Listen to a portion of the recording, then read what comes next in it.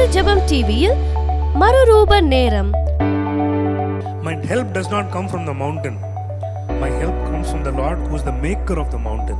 எனக்கு resources source ஆகிய ஆண்டவர் எழுப்புவார். ஹல்லேலூயா. ஆண்டவர் தான் என்னுடைய சோர்ஸ். எனக்கு ரிசோர்சஸ் கர்த்தர் எழுப்புவார். எனக்கு ஒத்தாசை கர்த்தர் அனுப்புவார். எத்தனை பேர் வைராக்கியமா நம்புறீங்க?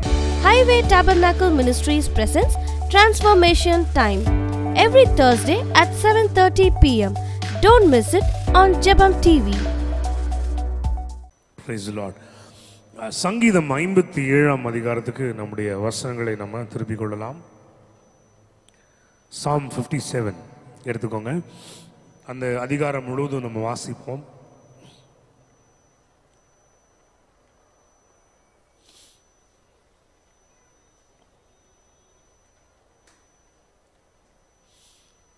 சரி, எல்லாரும் சேர்ந்து வாசிக்கலாம். முதல் வசனத்திலிருந்து.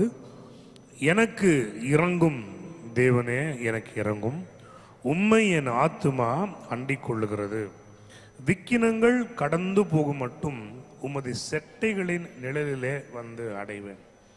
எனக்காக யாவையும் செய்து முடிக்க போகிற தேவனாகிய உன்னதமான தேவனை நோக்கி கூப்பிடுவேன். என்னை விழுங்க பார்க்கிறவன் என்னை நிந்திக்கையில் அவர் பரலோகத்திலிருந்து ஒத்தாசை அனுப்பி என்னை ரட்சிப்பார். தேவன் தமது கிருபையையும் தமது சத்தியத்தையும் அனுப்புவார். என் ஆத்துமா சிங்கங்களின் நடுவில் இருக்கிறது. தீயை இறைக்கிற மனுபுத்திரருக்குள்ளே கிடக்கிறேன். அவர்கள் பற்கள் ஈட்டிகளும் அம்புகளும், அவர்கள் நாவு கருக்கான பட்டயமுமாயிருக்கிறது. தேவனே, வானங்களுக்கு மேலாக உயர்ந்தருளும். உமது மகிமை பூமி அனைத்தின் மேலும் உயர்ந்திருப்பதாக. என் கால்களுக்கு கண்ணி வைத்திருக்கிறார்கள். என் ஆத்துமா தொய்ந்து போயிற்று. எனக்கு முன்பாக குழியை வெட்டி அதன் நடுவிலே விழுந்தார்கள். என் இருதயம் ஆயத்தமாயிருக்கிறது. தேவனே, என் இருதயம் ஆயத்தமாயிருக்கிறது. நான் பாடி கீர்த்தனம் பண்ணுவேன். என் மகிமையே விழி, வீணையே சுரமண்டலமே விழியுங்கள். அதிகாலையில் விழித்துக் கொள்வேன். ஆண்டவரே, ஜனங்களுக்குள்ளே உம்மை துதிப்பேன். ஜாதிகளுக்குள்ளே உம்மை கீர்த்தனம் பண்ணுவேன். உமது கிருபை வான பரியந்தமும் உமது சத்தியம் மேக மண்டலங்கள் பரியந்தமும் எட்டுகிறது. தேவனே, வானங்களுக்கு மேலாக உயர்ந்தருளும். உமது மகிமை பூமி அனைத்தின் மேலும் உயர்ந்திருப்பதாக. ஆமேன், ஆமேன். சரி, இந்த சங்கீதத்திற்கு ஒரு முன்னுரை மாதிரி ஒரு வசனம் எழுதப்பட்டிருக்கிறது, ஒரு வாக்கியம். அதை நம்ம ஒரு விஷயம் சேர்ந்து பார்க்கலாம். அது போடு ஃபர்ஸ்ட்.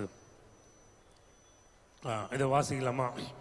தாவீது சவுலுக்கு தப்பியோடி கெபியில் ஒதுங்குகையில் தனக்கு நஷ்டம் நேரிடாதபடி அல்தஷ்கேத் என்னும் வாத்தியத்தில் வாசிக்க தாவீது பாடி ராகத் தலைவனுக்கு ஒப்புவித்த மிக்தாம் என்றும் சங்கீதம். ஸோ கான்டெக்ஸ்ட் ஆஃப் திஸ் சாம் என்னன்னா, அவன் சவுலுக்கு தப்பியோடி கெபியில நுழைந்து அவன் ஒளிந்து கொண்டிருக்கிறான்.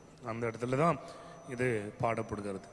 சரி, இந்த சங்கீதத்தை அவர் பாடும் பொழுது, அவளது இந்த வரிகளை அவர் சொல்லும் பொழுது அவருடைய நிலைமை எப்படி இருக்குது? அந்த முன்னுரை படித்தாலே நமக்கு தெரியுது.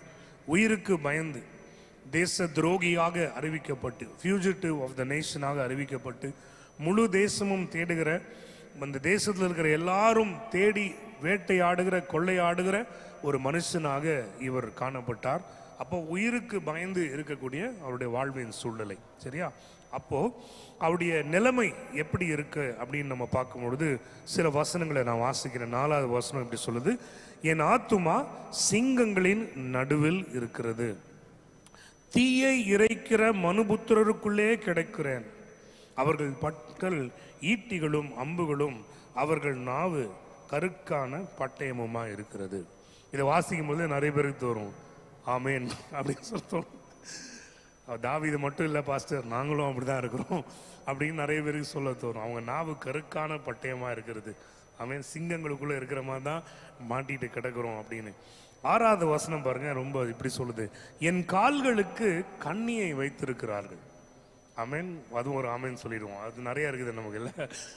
அதே மாதிரி அடுத்ததும் நம்ம ரொம்ப அழகா சொல்லலாம். என் ஆத்துமா தொய்ந்து போகிறது. எவ்வளவுதான் ஆண்டவரே, இதுக்கு மேல முடியல, என் ஆத்துமா தொய்ந்து போகிறது. எனக்கு முன்னாடி என்னை ஒரு குழியை வெட்டிடுறாங்க. என் ஆத்துமா தொய்ந்து போகிறது. எனக்கு ஒரு குழியை அவர்கள் வெட்டி விடுகிறார்கள். இப்படி இதெல்லாம் அவருடைய அவருடைய நடைமுறையை பற்றி அவர் பேசும்பொழுது ரொம்ப ரொம்ப clearly explains what is going on in his life. சரி, தாவீது ராஜாவுடைய ஒரு பியூட்டிஃபுல்லான காரியம் என்ன அப்படின்னா, அவருடைய சங்கீதங்கள் புலம்பலும் நிறைந்திருக்கும், துதியும் நிறைந்திருக்கும். இவ்வளவும் இந்த மாதிரி நிறைய இருக்கும். சொல்லிட்டு ஆனாலும் என் ஆண்டவரே அப்படின்னு திருப்பி வந்து ஆண்டவர்கிட்ட சரண்டர் ஆகிடுவார். ஸோ அவருடைய நிலைமையெல்லாம் அவர் எடுத்து சொல்லிட்டு இந்த சிச்சுவேஷன் அவர் அன்னைக்கு அந்த பாடல் எழுதுறாரு. அதுக்கு பிறகு தாவீதோட முழு வாழ்க்கையை பார்க்கும் பொழுது அந்த கெபியில ஒழுந்தி கொண்டிருந்த தாவீதை ஆண்டவர் காப்பாற்றினாரா என்றால் காப்பாற்றினார்.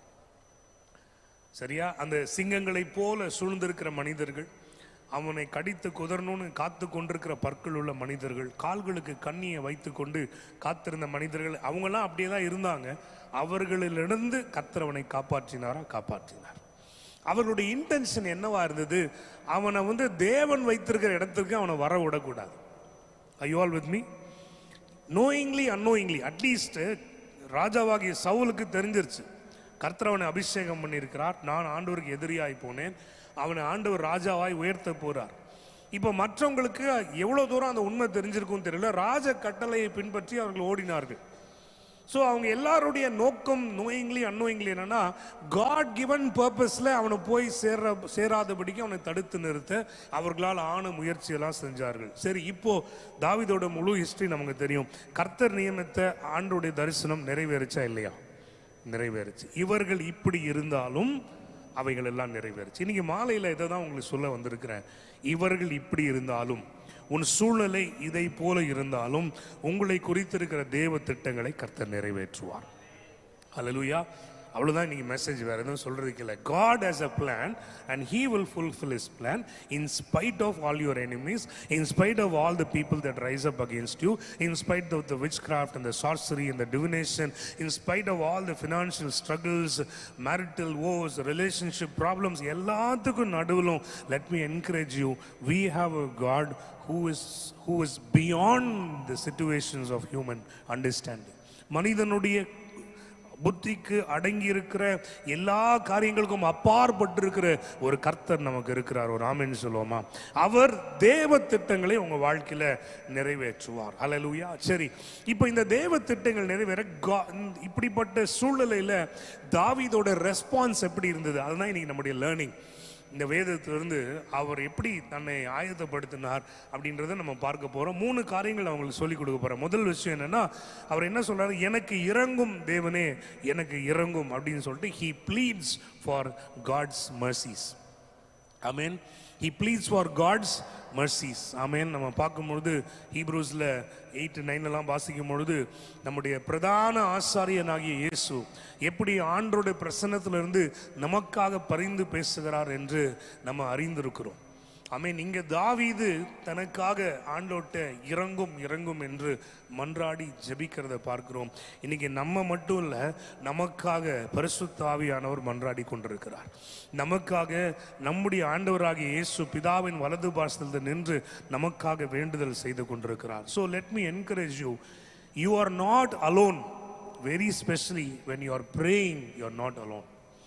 உன் ஜெபம் உங்களோடு முடியல, உன் சார்பில் பரிசுத்த ஆவியானவர் நமக்காக நின்று கொண்டிருக்கிற பிரதான ஆசாரியனாகிய இயேசுவும் நம் சார்பில் பேசிக்கொண்டே இருக்கிறார்கள்.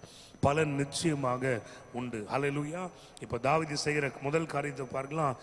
என் ஆத்துமா உம்மை அண்டி கொண்டிருக்கிறது. ஃபர்ஸ்ட் வசனம் போடுங்களேன்.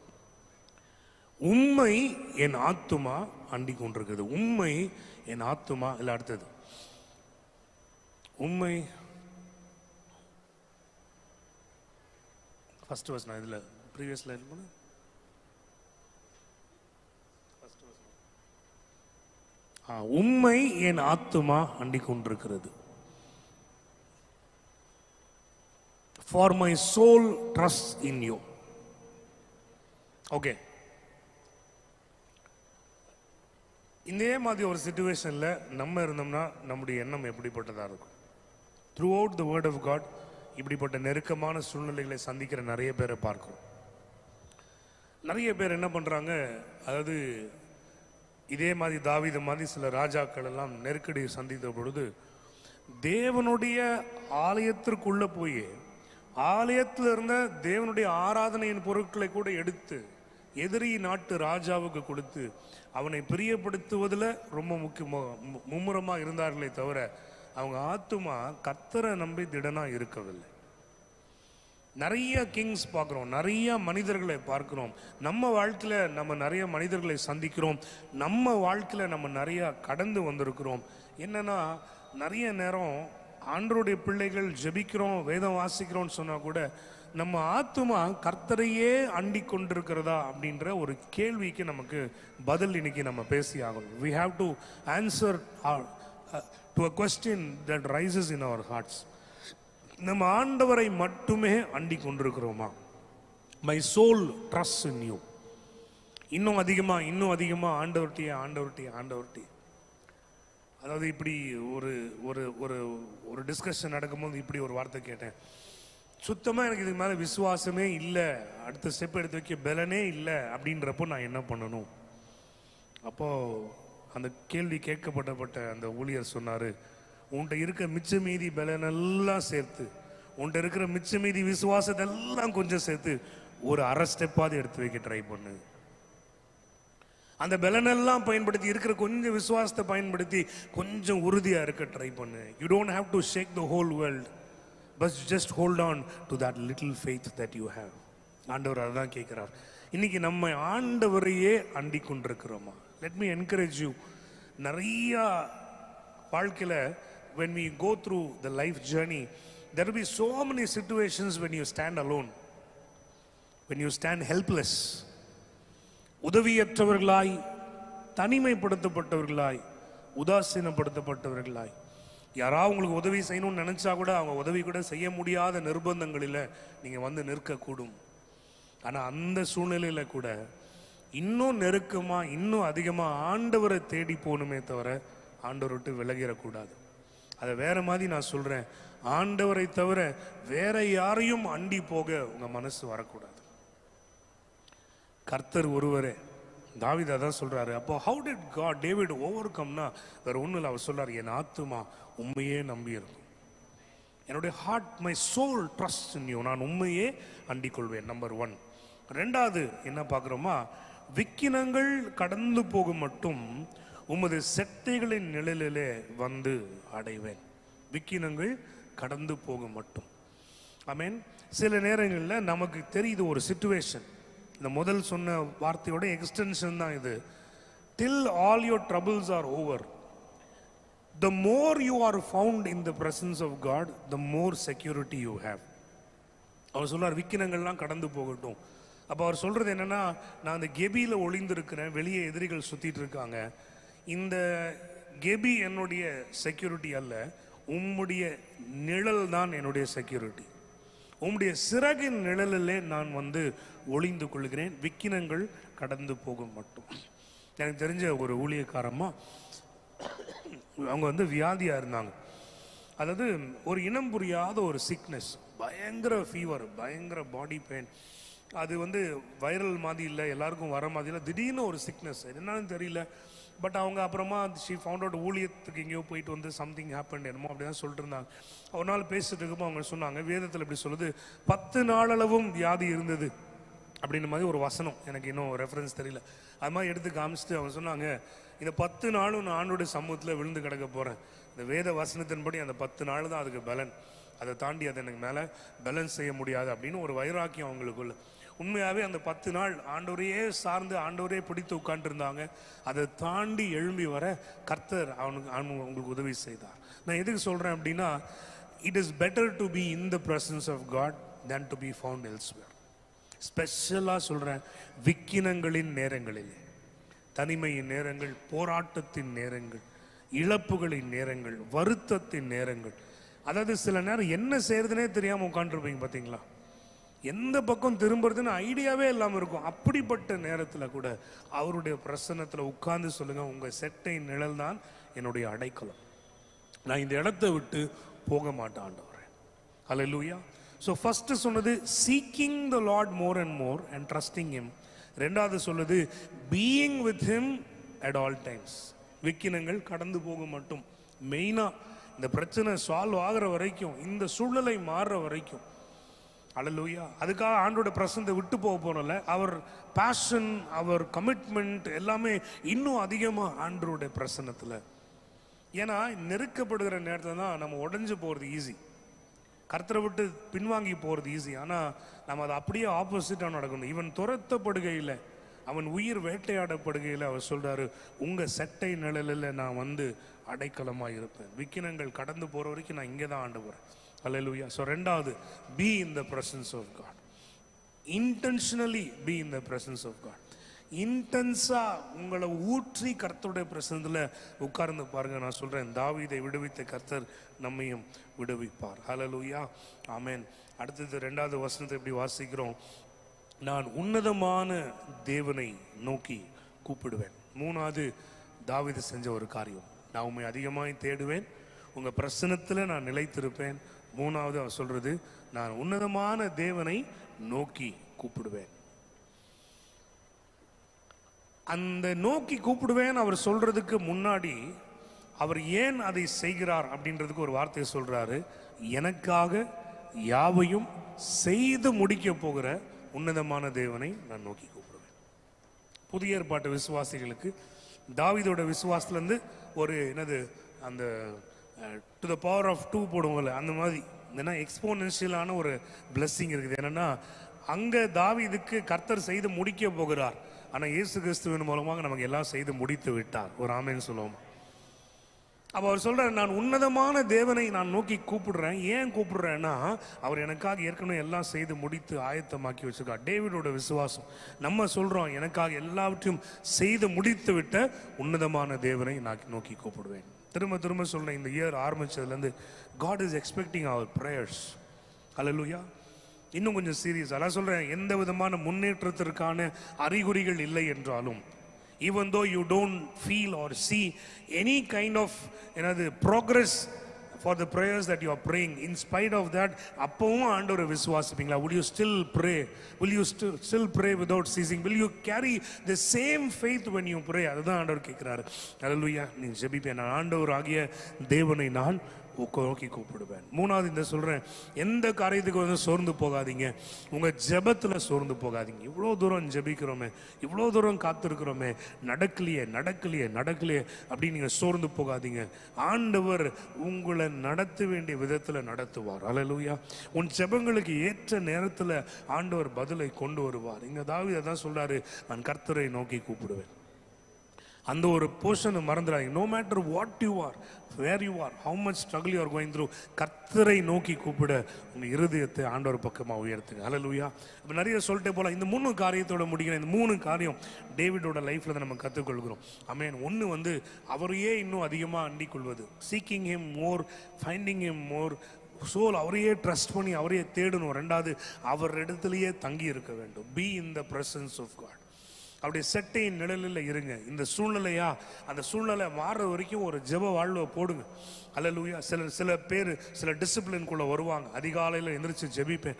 என்னோட ரிலேட்டிவ் ஒரு ஆண்டி, அவங்க பையன் வந்து அவங்களால ஹேண்டிலே பண்ண முடியல, அவனோட பையனோட வாழ்க்கையை அவங்களால கண்ட்ரோலுக்கே கொண்டு வர முடியல. அவனோட காலேஜ் படிப்பு சரியில்லை, நண்பர்கள் சரியில்லை, அவனோட ஹேபிட் சரியில்லை. நல்ல அமேசிங்கான ஒரு கிறிஸ்டியன் ஃபேமிலி. அவங்களால என்ன பண்ணனே தெரியல. அவங்களால ஆன பேரண்டல் முயற்சி எல்லாம் எடுத்தாங்க. காலேஜஸ் சேஞ்ச் பண்ணி பார்த்தாங்க, என்விரான்மெண்ட்டை சேஞ்ச் பண்ணாங்க, எவ்வளவோ பண்ணாங்க. ஆனால் that mother did one thing. Every day 3:30 in the morning she started to get up and pray. Every day 3:30 in the morning she started to get up and pray. நான் சொல்றேன், அந்த ஒரு சூழ்நிலை மாறுற வரைக்கும் வெறியா, எனக்கு தெரியல என்ன பண்ணணும்னு தெரியாத ஆண்டவர், ஆனால் உங்கள் பிரசனத்தில் இருப்பேன், நீங்கள் சொல்லுங்கள் என்ன பண்ண. அந்த ஜெபம் இன்னைக்கு அவ்வளோ சக்ஸஸ்ஃபுல்லான ஒரு பிஸ்னஸ் மேனாக ஆண்டவர் இந்த பையனை உயர்த்தி வச்சிருக்கிறாரு. அந்த தாயோடைய ஜெபம் 3:30 மணி. அது மாதிரி ஏதோ ஒரு டிசிப்ளின்குள்ளே வாங்க. ஆண்டவரே, இந்த காரியம் முடிகிற வரைக்கும் எனக்கு தெரியல, நான் உண்மையே இன்னும் அதிகமாக சாதி. It is not trying to twist the arm of God. நான் ஜோம் பண்ணுறேன், நீங்கள் செஞ்சுதான் அவனோட கையை பிடிச்சி முறுக்கி ஆண்டோட போய், அந்த மாதிரிலாம் இல்லை. நம்முடைய இயலாமையில் அவர் இயல்புடையவராக இருக்கிறார். In my weakness he is my strength. Alleluia. I don't have a way, he is the way. புரியுதுல? Everything before me is like a Jericho wall. He speaks a word and Jericho walls falls. So rather than going to this line, this side and going after this man and that woman, I will rather be in the presence of God. Hallelujah. அந்த ஒரு வாஞ்சையோட, this is my discipline, இந்த காரியம் மாற நான் உம்மிடத்தில் இப்படி வந்து வாஞ்சையாய் காத்திருப்பேன், அப்படி வந்து உட்கார்ந்து பாருங்க. அப்போ இதெல்லாம் நம்ம செய்யும் பொழுது ஒரு பியூட்டிஃபுல்லான வேர்டு 3வது வசனம் இப்படி சொல்லுது, என்னை நிந்திக்கிறவர்கள் என்னை விழுங்க பார்க்கையில் அவர் சொல்றாரு, பரலோகத்திலிருந்து ஒத்தாசை அனுப்பி என்னை ரட்சிப்பார். உங்க பைபிள் இருந்தால் அதை கொஞ்சம் அண்டர்லைன் பண்ணுவீங்க. பரலோகத்திலிருந்து ஒத்தாசை அனுப்பி, பைபிள் இருந்துச்சுன்னா அதை அண்டர்லைன் பண்ணுவீங்க. இன்னைக்கு இதுதான் உங்களுக்கு rhema word. This is the rhema for you. Amen. சங்கீதம் 57 நானும் பண்ணிக்கிறேன் அண்டர்லைன்.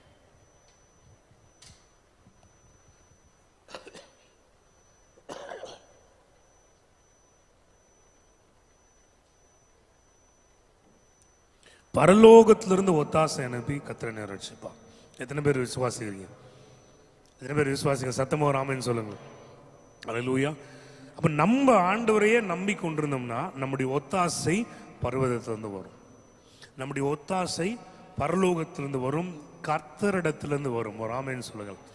அல்லேலூயா. வானத்தையும் பூமியும் படைத்த கர்த்தரிடத்திலிருந்து எனக்கு ஒத்தாசை வரும். அல்லேலூயா. என் கண்களை ஏறிட்டு பார்க்கிறேன், எனக்கு ஒத்தாசை வரும் பர்வதங்களுக்கு நேராக என் கண்களை ஏறெடுக்கிறேன். வானத்தையும் பூமியும் படைத்த கர்த்தரிடத்தில் எனக்கு ஒத்தாசை வரும். அல்லேலூயா. My help does not come from the mountain. கவனிங்க. My help does not come from the mountain. My help comes from the Lord who is the maker of the mountain. அல்லேலூயா. எனக்கு ரிசோர்ஸஸ் சோர்ஸ் ஆகி ஆண்டவர் எழுப்புவார். எத்தனை பேருக்கு புரியுது நான் சொல்றேன்? அல்லேலூயா. ஆண்டவர் தான் என்னுடைய சோர்ஸ்.